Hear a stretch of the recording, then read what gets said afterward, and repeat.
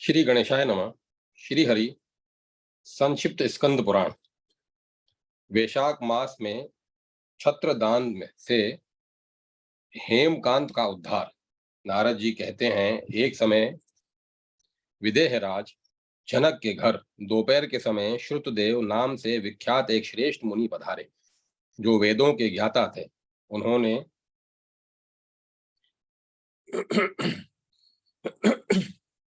उन्हें देखकर राजा बड़े उल्लास के साथ उठकर खड़े हो गए और मधुपर्क आदि सामग्रियों से उनकी विधि पूर्वक पूजा करके राजा ने उनके चरणोदक को अपने मस्तक पर धारण किया।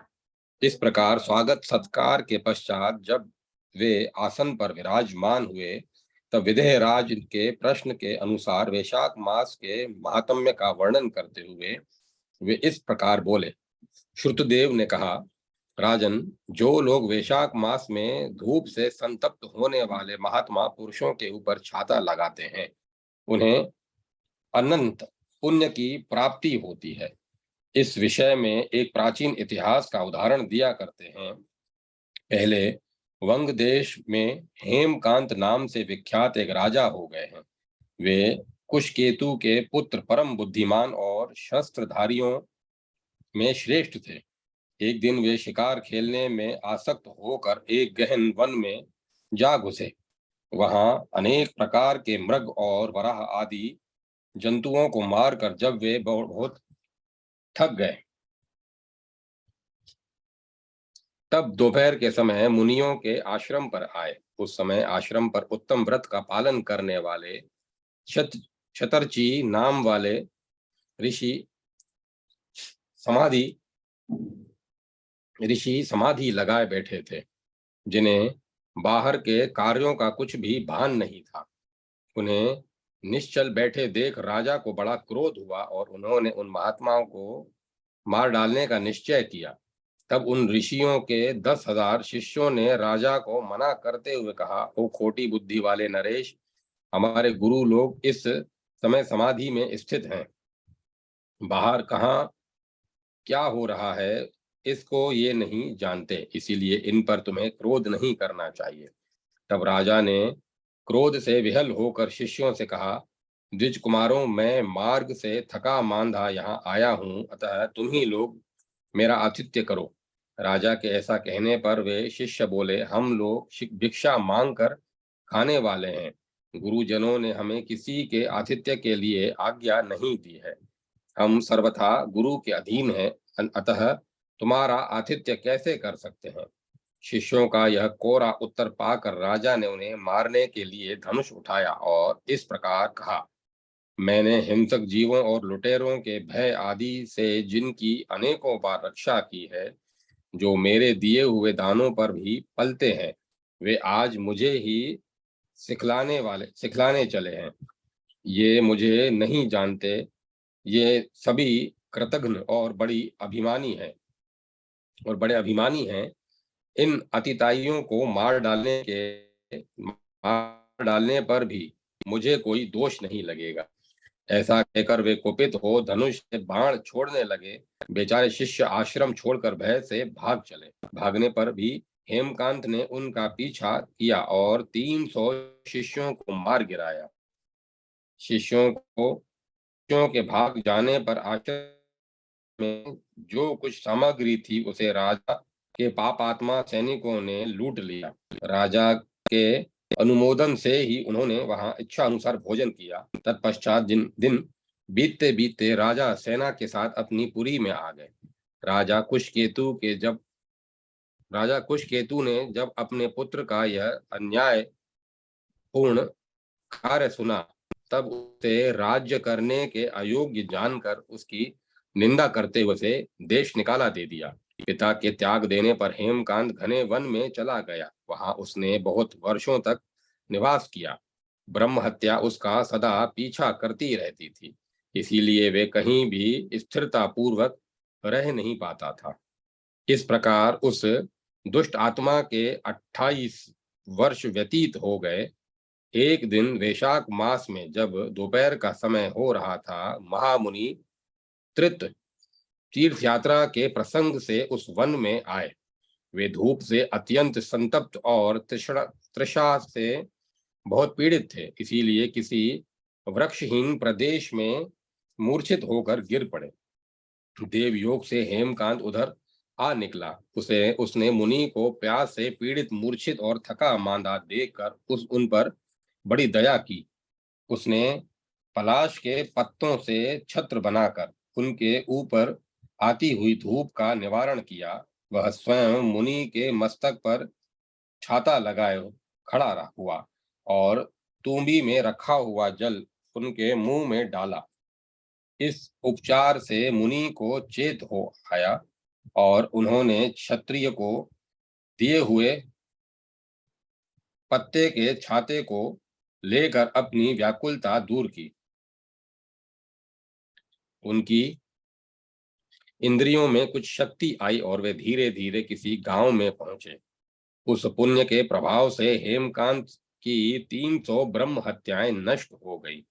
इसी समय यमराज के दूत हेमकांत को लेने के लिए वन में आए। उन्होंने उसके प्राण लेने के लिए संग्रहणी रोग पैदा किया। उस समय प्राण छूटने की पीड़ा से छटपटाते हुए हेमकांत ने 3 अत्यंत भयंकर यमदूतों को देखा,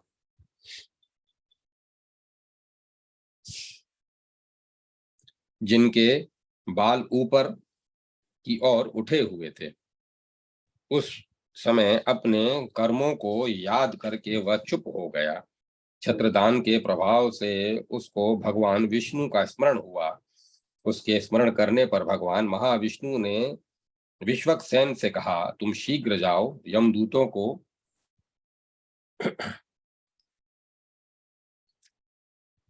रोको, हेमकांत की रक्षा करो। अब वह निष्पाप एवं मेरा भक्त हो गया है। उसे नगर में ले जाकर उसके पिता को सौंप दो।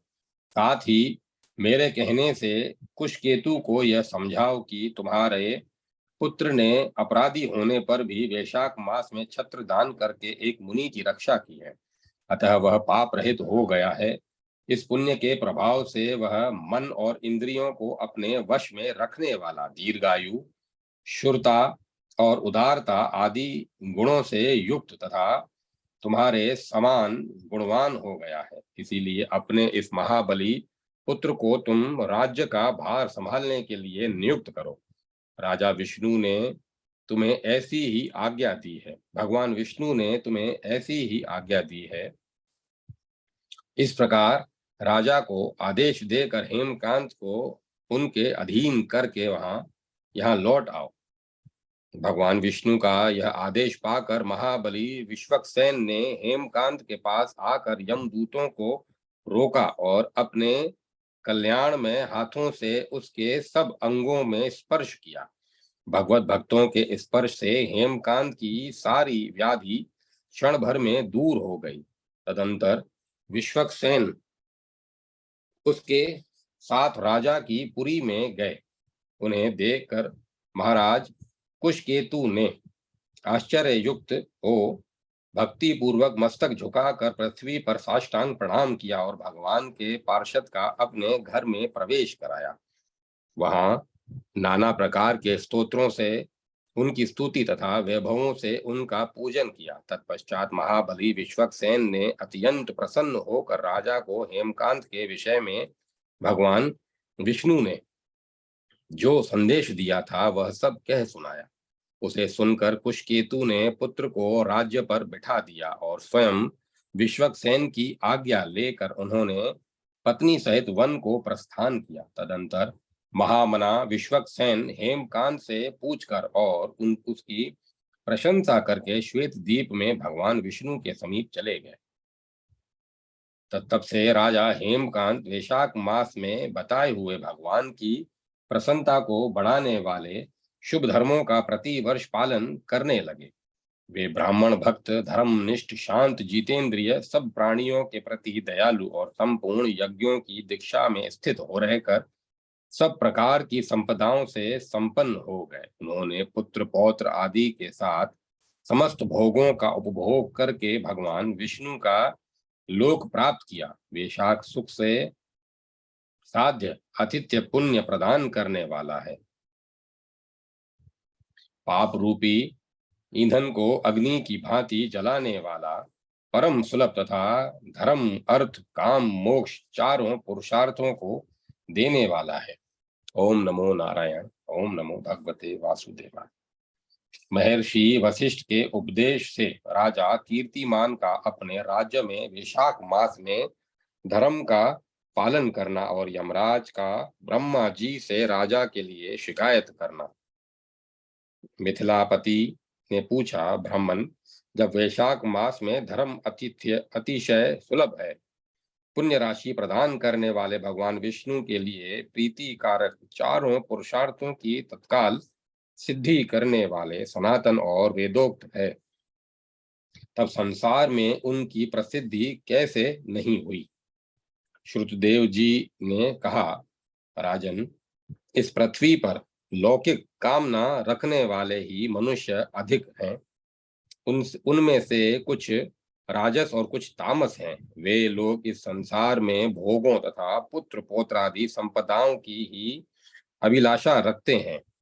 कहीं किसी प्रकार कभी बड़ी कठिनाई से कोई एक मनुष्य ऐसा मिलता है जो स्वर्गलोक के लिए प्रयत्न करता है और इसीलिए वह यज्ञ आदि पुण्य कर्मों का अनुष्ठान बड़े प्रयत्न से करता है, परंतु मोक्ष की उपासना प्राय कोई नहीं करता। तुच्छ आशाएं लेकर बहुत से कर्मों का आयोजन करने वाले लोग प्राय काम्य कर्मों के ही उपासक हैं। यही कारण है कि संसार में राजस और तामस धर्म अधिक विख्यात हो गए, परंतु सात्विक धर्मों की प्रसिद्धि नहीं हुई। ये सात्विक धर्म भगवान विष्णु को प्रसन्न करने वाले हैं, निष्काम भाव से किए जाते हैं और इहलोक तथा परलोक में सुख प्रदान करते हैं। देव माया से मोहित होने के कारण मूढ़ मनुष्य इन धर्मों को जानते ही नहीं है। पूर्व काल की बात है, काशीपुरी में कीर्तिमान नाम से विख्यात एक चक्रवर्ती राजा थे। वे इक्ष्वाकु वंश के भूषण तथा महाराज नृग के पुत्र थे। संसार में उनका बड़ा यश था। वे अपनी इंद्रियों पर और क्रोध पर विजय पा चुके थे। ब्राह्मणों के प्रति उनके मन में बड़ी भक्ति थी। राजाओं में उनका स्थान बहुत ऊंचा था। एक दिन वे मृग्या में आसक्त होकर महर्षि वशिष्ठ के आश्रम पर आए। वैशाख की चिलचिलाती हुई धूप में यात्रा करते हुए राजा ने मार्ग में देखा, महात्मा वशिष्ठ के शिष्य जगह जगह अनेक प्रकार के कार्यों में विशेष तत्परता से के साथ संलग्न थे। वे कहीं घोंसला बनाते थे और कहीं छाया मंडप, किनारे पर झरनों के जल को रोककर स्वच्छ बावली बनाते थे। कहीं वृक्षों के नीचे बैठे हुए लोगों को वे पंखा डुलाकर हवा करते थे, कहीं ऊख देते, कहीं सुगंधित पदार्थ भेंट करते और कहीं फल देते। दोपहरी में लोगों को छाता देते और संध्या के समय शरबत। कोई शिष्य घनी छाया वाले वन में झाड़ बुहार कर साफ किए हुए आश्रम के प्रांगणों में हितकारक बालू का बिछाते थे और कुछ लोग वृक्षों की छाया में झूला लटकाते थे। उन्हें देखकर राजा ने पूछा, आप लोग कौन हैं? उन्होंने उत्तर दिया, हम लोग महर्षि वशिष्ठ के शिष्य हैं।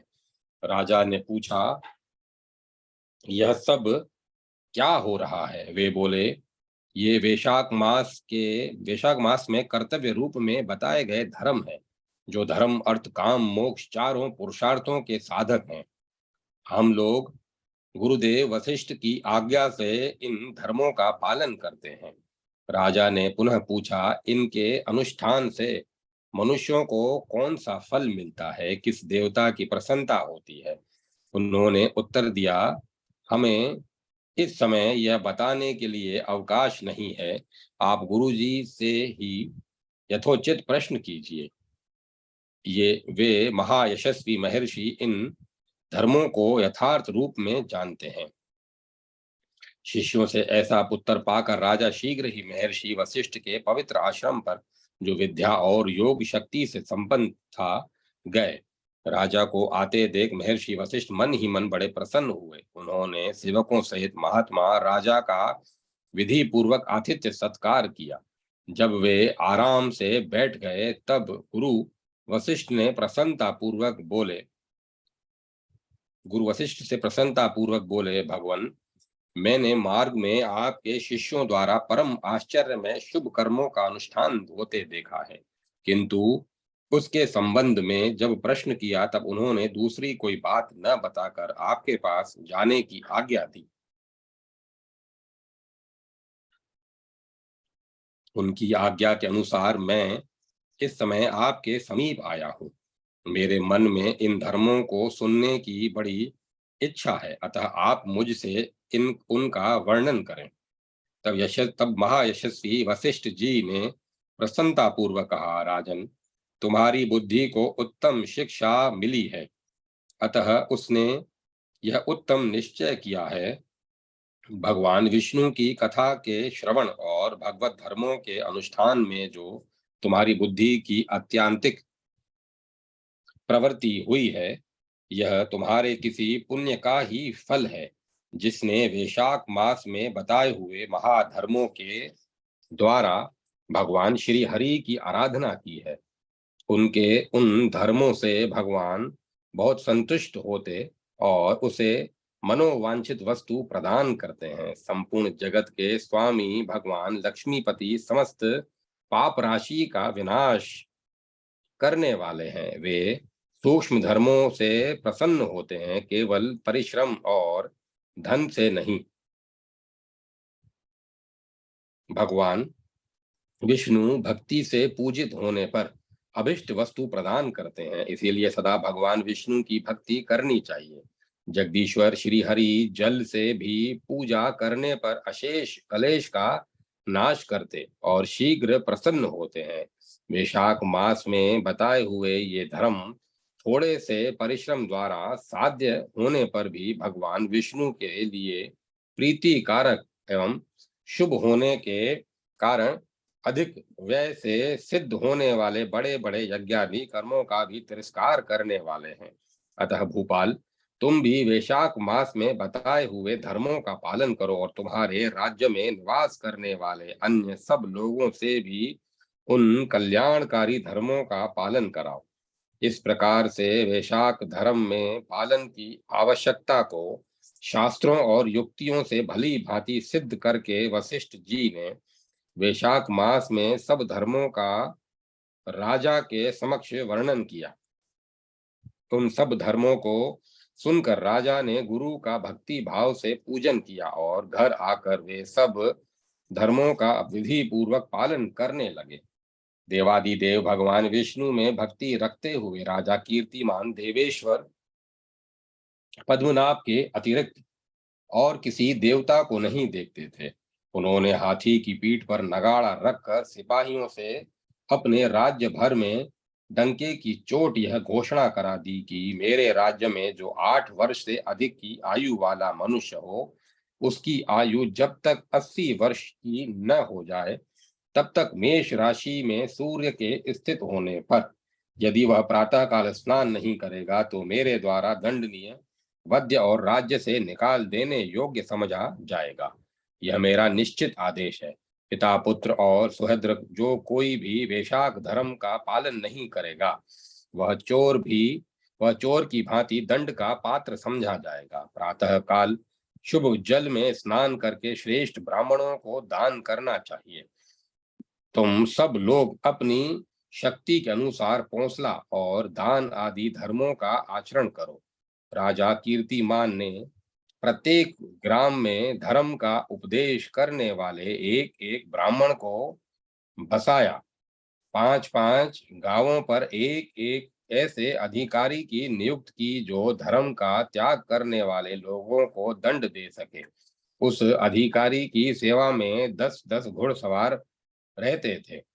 इस प्रकार चक्रवर्ती नरेश के शासन में सर्वत्र और सब देशों में यह धर्म का पौधा प्रारंभ हुआ और आगे चलकर खूब बड़े हुए वृक्ष के रूप में परिणित हो गया। उस राजा का उस राजा के राज्य में जो लोग मर जाते थे वे भगवान विष्णु के धाम में जाते थे। वहां के मनुष्यों को विष्णु लोक की प्राप्ति निश्चित थी। एक बार भी वैशाख स्नान कर लेने से मनुष्य यमराज के पास नहीं जाता। अपने धर्मानुकूल कर्म में स्थित हुए सब लोगों के विष्णु लोक में चले जाने से यमपुरी के सब नरक खाली हो गए। वहां एक भी पापी प्राणी नहीं रह गया। वैशाख मास के प्रभाव से यमपुरी के मार्ग की यात्रा ही बंद हो गई। सब मनुष्य दिव्य आकृति धारण करके भगवान के धाम में जाने लगे। देवताओं के जो लोक हैं वे सब ही शून्य हो गए। स्वर्ग और नरक दोनों के शून्य हो जाने पर एक दिन नारद जी ने धर्मराज के पास जाकर कहा, धर्मराज, आपके इस नरक में अब पहले जैसा कोलाहल नहीं सुनाई पड़ता। पहले की भांति पाप कर्मों का लेखा भी नहीं लिखा जा रहा। चित्रगुप्त जी तो ऐसे मौन भाव से बैठे हुए हैं जैसे कोई मुनि हो। महाराज, इसका कारण तो बताइए। महात्मा नारद के ऐसा कहने पर राजा यम ने कुछ दीनता के स्वर से कहा, नारद, इस समय पृथ्वी पर जो यह राजा राज्य करता है वह पुराण पुरुषोत्तम भगवान विष्णु का बड़ा भक्त है। उसके भय से उसके भय से कोई भी मनुष्य कभी वैशाख मास का उल्लंघन नहीं करता। उस पुण्य कर्म के प्रभाव से सभी भगवान विष्णु के परम धाम में चले जाते हैं। मुनि श्रेष्ठ, उस राजा ने इस समय मेरे लोक का मार्ग लुप्त सा कर रखा है। स्वर्ग और नरक दोनों को शून्य बना दिया है। अतः ब्रह्मा जी के समीप जाकर यह सब समाचार उनसे निवेदन करके तभी मैं स्वस्थ होऊंगा। ऐसा निश्चय करके यमराज ब्रह्मा जी के लोक में गए और वहां बैठे हुए उन ब्रह्मा जी का दर्शन किया जिनका आश्रय ध्रुव है, जो इस जगत के बीज तथा सब लोकों के पितामह हैं, और समस्त लोकपाल, दिक्पाल तथा देवता जिनकी उपासना करते हैं। ब्रह्मा जी ने यमराज को देखा और यमराज ब्रह्मा जी के आगे समीप पृथ्वी पर गिर पड़े। फिर यमराज ने कहा, कमलासन, काम में लगाया हुआ जो पुरुष स्वामी की आज्ञा का ठीक ठीक पालन नहीं करता और उसका धन लेकर भोगता है वह काठ का कीड़ा होता है। जो बुद्धिमान मनुष्य लोभवश स्वामी के धन का उपभोग करता है वह 300 कल्पों तक त्र्यग योनि रूप रूप नरक में जाता है। जो कार्य में नियुक्त हुआ पुरुष कार्य करने में समर्थ होकर भी धर्म में ही अपने घर में ही बैठा रहता है वह बिलाव होता है। देव, मैं आपकी आज्ञा से धर्म पूर्वक प्रजा का शासन करता आ रहा हूँ। मैं अब तक मुनियों और धर्म शास्त्रों के कथनानुसार पुण्यात्माओं को पुण्य के फल से और पापात्माओं को पाप के फल से संयुक्त किया करता था, परंतु अब आपकी आज्ञा का पालन करने में असमर्थ हो गया हूँ। कीर्तिमान के राज्य में सब लोग वैशाख मासोक्त पुण्य कर्मों का अनुष्ठान करके पितरों और पितामहों के साथ वैकुंठ धाम में चले जाते हैं। उनके मरे हुए पितर और पितामह आदि भी विष्णु लोक में चले जाते हैं। इतना ही नहीं, पत्नी के पिता, ससुर आदि भी मेरे लोक को मिटाकर विष्णु लोक में चले जाते हैं। देव, बड़े बड़े यज्ञों द्वारा भी मनुष्य वैसी गति नहीं पाता है जैसी वैशाख मास में मिल रही है। संपूर्ण तीर्थों से, दान आदि से, तपस्याओं से, व्रतों से अथवा संपूर्ण धर्मों से युक्त मनुष्य भी उस गति को नहीं पाता जो वैशाख धर्म में तत्पर हुए मनुष्य को प्राप्त हो रही है।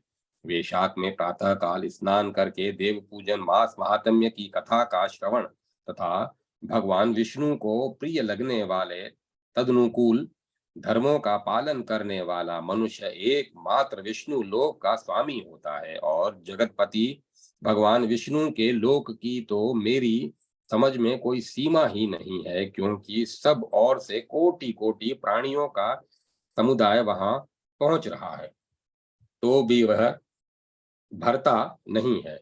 इस संसार में पवित्र और अपवित्र सभी लोग राजा की आज्ञा से वैशाख मास के धर्म का पालन करके विष्णु लोक को जा रहे हैं। लोकनाथ, उसकी प्रेरणा से संस्कारहीन मनुष्य भी वैशाख स्नान मात्र से वैकुंठ धाम में चले जाते हैं। यह वह केवल भगवान विष्णु के चरणों की शरण लेने वाला है।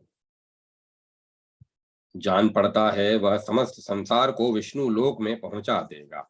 जो पुत्र धर्म अर्थ काम और मोक्ष के प्रतिकूल चलता है, वह पृथ्वी पर माता के पेट से पैदा हुआ रोग है। वह अधम पुरुष अपनी माता का घात करने वाला कहा जाता है, किंतु राजा कीर्तिमान की माता और उसकी पत्नी का पुण्य संसार में विख्यात है। उसकी माता एकमात्र वीर जननी है, और वह राजा निश्चय ही संसार में बहुत बड़ा वीर है। जिस प्रकार कीर्तिमान मेरी लिपि को मिटाने में उद्यत हुआ है, ऐसा उद्योग पुराणों में और किसी का नहीं सुना गया। भगवान विष्णु की भक्ति में तत्पर हुआ राजा कीर्तिमान के सिवा दूसरे ऐसे किसी को मैं नहीं जानता जो डंका बजवा कर घोषणा करते हुए लोगों को ऐसी प्रेरणा देता हो और मेरे लोक के मार्ग को विलुप्त करने की चेष्टा करता रहा हो। ओम नमो भगवते वासुदेवाय। ओम नमो नारायण। ब्रह्मा जी का यमराज को समझाना और भगवान विष्णु का उन्हें वैशाख मास में भाग दिलाना। ब्रह्मा जी ने कहा, यमराज, तुमने क्या आश्चर्य देखा है? क्यों तुम्हें खेद हो रहा है? भगवान गोविंद को एक बार भी प्रणाम कर लिया जाए तो वह 100 अश्वमेध यज्ञों के अवभृत स्थान के समान होता है। यज्ञ करने वाला तो पुनः इस संसार में जन्म लेता है, परंतु भगवान को किया हुआ प्रणाम पुनर्जन्म का हेतु नहीं बनता, मुक्ति की प्राप्ति करा देता है। जिसकी जीवा के अग्रभाग पर हरि ये 2 अक्षर विद्यमान हैं, उनको कुरुक्षेत्र तीर्थ के सेवन अथवा सरस्वती नदी के जल में स्नान करने से क्या लेना है? जो मृत्यु काल में भगवान विष्णु का स्मरण करता है, वह अभक्ष्य भक्षण आदि से प्राप्त हुई पाप राशि का परित्याग करके भगवान विष्णु के प्राप्त सायुज्य को पाता है, क्योंकि भगवान विष्णु को अपना स्मरण बहुत ही प्रिय है।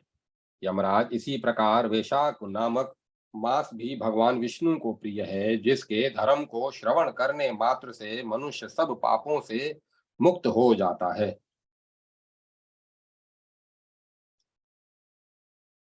उसके अनुष्ठान में तत्पर रहने वाला मनुष्य यदि मुक्ति को प्राप्त हो तो उसके लिए क्या कहना है। वैशाख मास में भगवान पुरुषोत्तम के नाम और यश का गान किया जाता है, जिससे भगवान बहुत प्रसन्न होते हैं। पुरुषोत्तम श्री हरि संपूर्ण जगत के स्वामी और हमारे जनक हैं। यह राजा कीर्तिमान वैशाख मास में उन्हीं भगवान के प्रिय धर्मों का अनुष्ठान करता है, जिससे प्रसन्न चित्त होकर भगवान विष्णु सदा उसकी सहायता में स्थित रहते हैं। भगवान वासुदेव के भक्तों का कभी अमंगल नहीं होता। उन्हें जन्म मृत्यु जरा और व्याधि का भय भी नहीं प्राप्त होता। कार्य में नियुक्त किया हुआ पुरुष यदि अपनी पूरी शक्ति लगाकर स्वामी के कार्य साधन की चेष्टा करता है तो उतने ही से ही वह कृतार्थ हो जाता है। यदि शक्ति के बाहर का कार्य उपस्थित हो जाए तो स्वामी को उसकी सूचना दे दे। तो उतना कर देने से वह पूर्ण हो जाता है और सुख का भागी होता है। जिसने उस प्रयोजन को स्वामी से निवेदित कर दिया है, उसके ऊपर न तो कोई ऋण है और न पातक ही लगता है। अपने कर्तव्य पालन के लिए पूरा यत्न कर लेने पर प्राणी का कोई अपराध नहीं होता।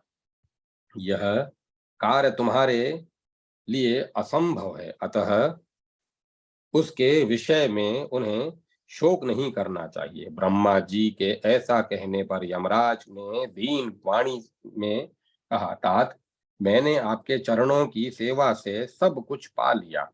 तब ब्रह्मा जी ने पुनः समझाते हुए कहा, धर्मराज, राजा कीर्तिमान विष्णु धर्म के पालन में तत्पर हैं। चलो हम लोग भगवान विष्णु के समीप चलें और उन्हें सब बात बताकर पीछे उनके कथनानुसार कार्य किया जाएगा। वे ही इस जगत के कर्ता, धर्म के रक्षक और नियामक हैं। इस प्रकार यमराज को आश्वासन देकर ब्रह्मा जी उनके साथ क्षीर सागर में के तट पर गए। वहां उन्होंने सच्चिदानंद स्वरूप गुणातीत परमेश्वर विष्णु का स्तवन किया। ब्रह्मा जी की स्तुति से संतुष्ट होकर भगवान विष्णु वहां प्रकट हुए। यमराज और ब्रह्मा जी ने तुरंत ही उनके चरणों में मस्तक झुकाया। तब भगवान महाविष्णु ने मेघ के समान गंभीर वाणी में उन दोनों से कहा, तुम लोग यहाँ क्यों आए हो? तो ब्रह्मा जी ने कहा, प्रभु, आपके श्रेष्ठ भक्त राजा कीर्तिमान के शासन काल में सब लोग वैशाख धर्म के पालन में संलग्न हो आपके अविनाशी पद को प्राप्त हो रहे हैं। इससे यमपुरी सूनी हो गई है। उनके ऐसा कहने पर भगवान विष्णु हंसते हुए बोले, मैं लक्ष्मी को त्याग दूं मैं लक्ष्मी को त्याग दूंगा। अपने प्राण शरीर, श्रीवत्स, कौस्तुभ मणि, वैजंती माला, श्वेत द्वीप, वैकुंठ धाम, क्षीर सागर, शेषनाग तथा गरुड़ जी को भी छोड़ दूंगा, परंतु अपने भक्त का त्याग नहीं कर सकूंगा। आह! जिन्होंने मेरे लिए सब भोगों का त्याग करके अपना जीवन तक मुझे सौंप दिया, जो मुझ में मन लगाकर अपने स्वरूप हो गए हैं जो मुझ में मन लगाकर मेरे स्वरूप हो गए हैं, उन महाभाग भक्तों को मैं कैसे त्याग सकता हूँ? राजा कीर्तिमान को इस पृथ्वी पर मैंने 10,000 वर्षों की आयु दी है। उसमें से 8,000 वर्ष तो बीत गए। शेष आयु और बीत जाने पर ऐस उसे मेरा सायुज्य प्राप्त होगा। उसके बाद पृथ्वी पर बैन नामक बुरा दुष्ट आत्मा राजा होगा, जो संपूर्ण वेदोक्त महाधर्मों का लोप कर देगा। उस समय वैशाख मास के धर्म भी छिन्न भिन्न हो जाएंगे। बैन अपने ही पाप से भस्म हो जाएगा। तत्पश्चात मैं पृथु होकर पुनः सब धर्मों का प्रचार करूंगा। उस समय लोगों में वैशाख मास के धर्म को भी प्रसिद्ध करूंगा। सहस्त्रों मनुष्यों में कोई ऐसा होता है जो मुझ में अपने मन प्राण अर्पित करके अपना सर्वस्व मुझे समर्पित कर दे और मेरा भक्त हो जाए। जो ऐसा होता है वही मेरे धर्मों का प्रचार करता है। उस वैशाख मास में से भी मैं वैशाख धर्म में तत्पर रहने वाले महात्मा पुरुषों तथा राजा के द्वारा समयानुसार तुम्हारे लिए भाग दिलाऊंगा। लोक में जो कोई भी वैशाख मास का व्रत करेगा, वे अपने भाग देने वाले होंगे वे तुम्हें भाग देने वाले हैं। लोक में जो कोई भी वैशाख मास का व्रत करेंगे, वे तुम्हें भाग देने वाले होंगे। उनके वैशाख मास में बताए हुए महाधर्म के पालन में तुम कभी विघ्न न उपस्थित करना। धर्म यमराज को इस प्रकार आश्वासन देकर भगवान विष्णु वहीं अंतर ध्यान हो गए। ब्रह्मा जी भी अपने सेवकों के साथ सत्य लोक को चले गए। उनके बाद यमराज भी अपनी पुरी को पधारे। वैशाख मास की पूर्णिमा को पहले धर्मराज के उद्देश्य से जल से भरा हुआ घड़ा, दही और अन्न देना चाहिए। उसके बाद पितरों, गुरुओं और भगवान विष्णु के उद्देश्य से शीतल जल, दही, अन्न पान और दक्षिणा फल के साथ कांसी के पात्र में रखकर ब्राह्मण को देना चाहिए। भगवान विष्णु की दिव्य प्रतिमा वैशाख मास की महात्म्य कथा सुनने वाले दीन ब्राह्मण को देनी चाहिए। उस धर्म वक्ता ब्राह्मण को अपने धन से भी पूजित करना चाहिए। राजा कीर्तिमान ने सब कुछ उसी प्रकार किया। उन्होंने पृथ्वी पर मनोवांछित भोग भोग कर शेष आयु पूर्ण होने के पश्चात पुत्र पौत्र आदि के साथ श्री विष्णु धाम को प्रस्थान किया।